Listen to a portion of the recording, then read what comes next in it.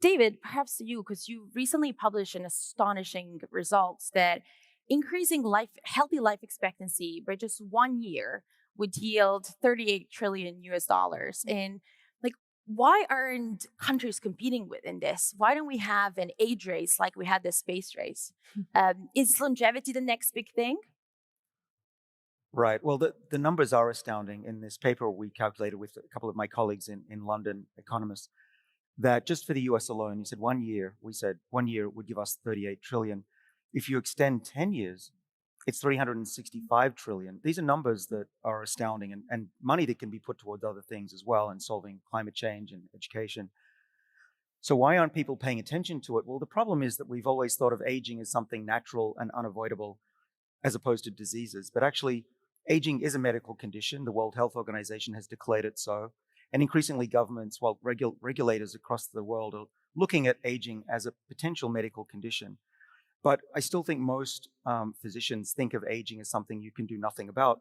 But what we're here to tell you today is that's not true. In the same way that in the early 20th century, we learned how to fight infections, and in the 1970s and 80s, how to fight cancer effectively. We're at the same stage with aging. And now that the technology has caught up and we are able to control this process, much more people, and increasingly so, are interested in uh, allowing doctors to prescribe medicines for aging, which would actually take care of a lot of the major diseases in the world. Because right now, the medical system puts band-aids on diseases that happen because of aging, but too late once they've already occurred.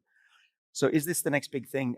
Well, let me tell you. So the three of us are on the forefront of this field.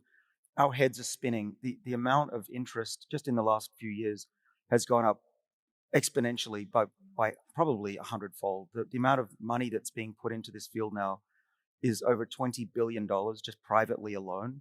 The governments around the world are putting more money in. Our field is growing. Young people are piling into the field, mathematicians, programmers, biologists. It's similar to the early days of flight. And I think in 5 and certainly in 10 years, we'll gather at a conference like this and just remember that this was the beginning of something extremely important.